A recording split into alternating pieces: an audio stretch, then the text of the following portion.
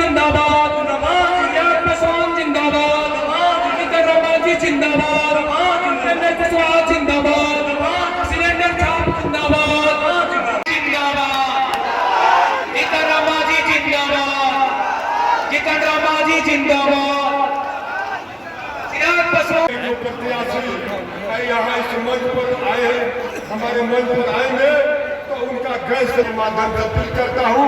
और मंच पर तमाम नेता बैठे हैं, कम समय है, सभी दल के नेता को और सभी दल एक चीज सिर्फ स्पष्ट कर कर आज जा रहा, फिर यदि जरूरत पड़ेगा तो भाजपा का एक एक कार्यकर्ता आपको जिताने के लिए घर घर तक घुसेगा। आपको जिताने के लिए पूरी तरह भारतीय जनता पार्टी का पूरा फौज लगेगा। इसमें कहीं दो मत नहीं है। हम लोग तो ये समझ रहे हैं कि हमारे बड़े भाई सिलेंडर छाप के चुनाव चिन्ह पर राष्ट्रीय लोक मोर्चा के उम्मीदवार जरूर हैं, लेकिन हम भाजपा के एक एक कार्यकर्ता आपको जिताने के लिए पूरी ताकत लगाने का काम करेंगे। इतना जरूर स्पष्ट करता हूं। क्षमा चाह रहा हूं क्योंकि समय 5 बजे तक का भी है। और दूसरा कि आज देश में यशस्वी प्रधानमंत्री जी को जरूरत है एक सीट की। एक सीट भी हम हारते हैं तो 400 का सपना पूरा नहीं होगा, 40 का सपना पूरा नहीं होगा। और यहाँ हर हालत में जीतना है साथियों। कोई दूसरा सीट हम हार जाए मैं मान सकता हूँ, लेकिन हम लोगों ने भी चैलेंज कबूल लिया है। काराकाट में इस बार 4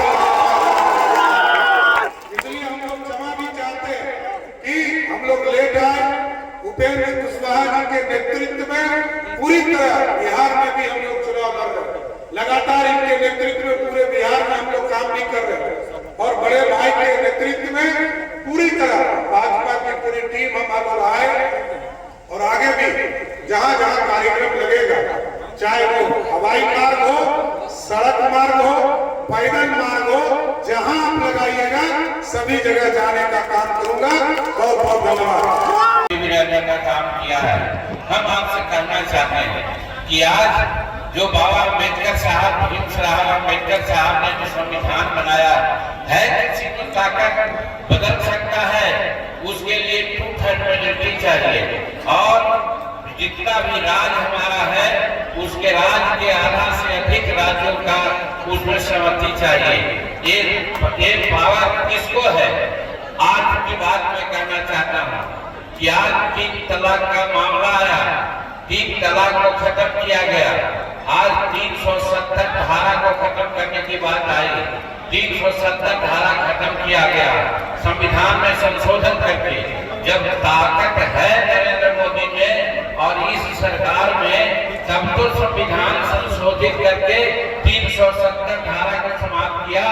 तो यदि आरक्षण के प्रति, संविधान के प्रति इनका कोई सोच गलत होता तो आज आरक्षण में भी गड़बड़ी हो जाती और संविधान में भी परिवर्तन होता, लेकिन ऐसा नहीं हुआ।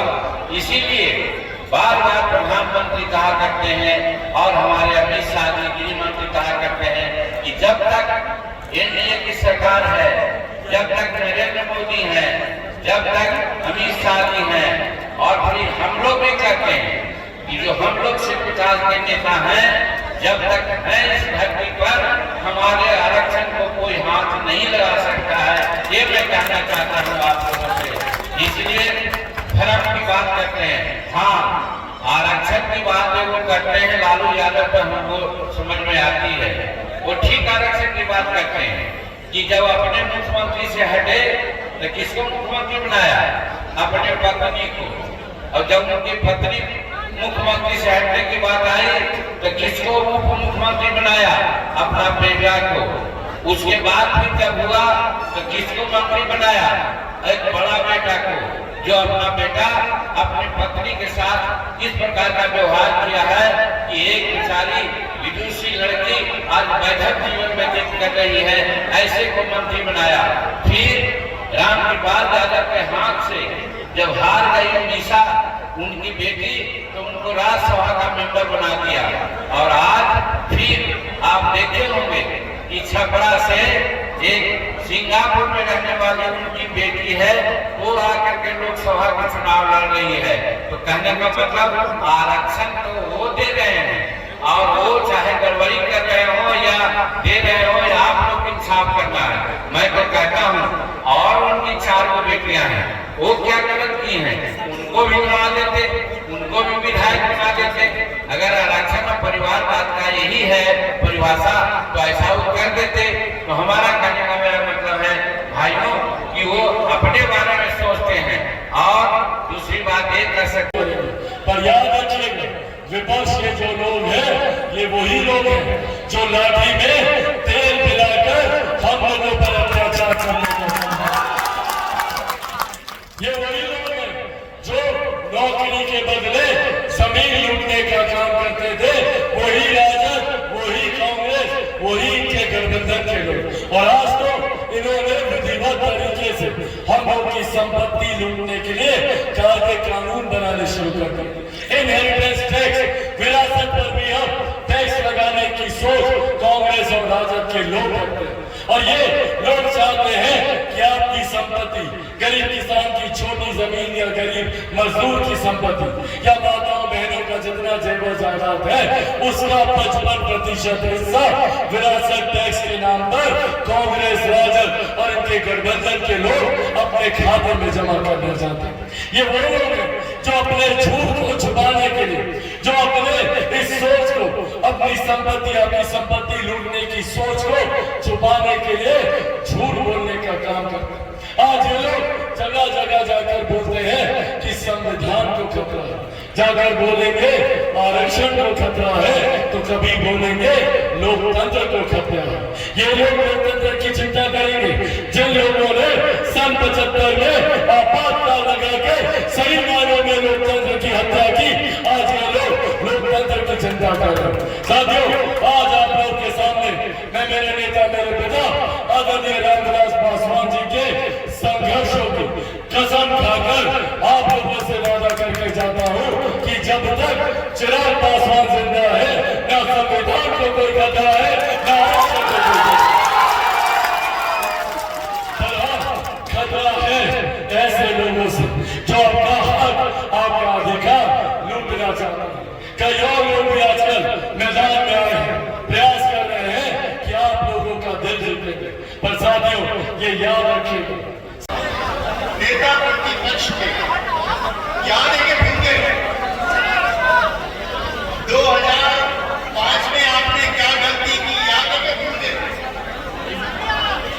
अगर 2005 में कुशवाहा जी को आपने जिताया होता तो बिहार की सरकार में नंबर 2 के मंत्री बने हुए, वो मौका आपको मिले। उसके बाद ये दिल्ली की सरकार में आकर के शिक्षा मंत्री बने, लेकिन राजमंत्री।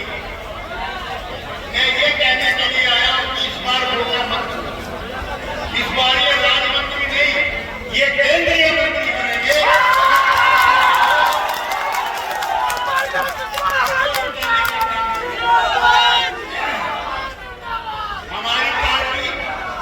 हमारी पार्टी जनता दल यूनाइटेड और कुशवाहा जी की पार्टी भाई भाई है, ध्यान रखनी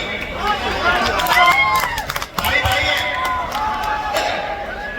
जो वोट नीतीश कुमार जी की है, जो वोट नरेंद्र मोदी जी की है, जो वोट पासवान जी के लिए है और हम लोग के नेता मांझी जी के लिए है, वो सारी वोट एक बार मांझी जी के चुनाव चिन्ह में लगाओ और दिल्ली में अपनी सरकार में हिस्सेदारी नए आदमी के प्रयोग करोगे तो फायदा नहीं।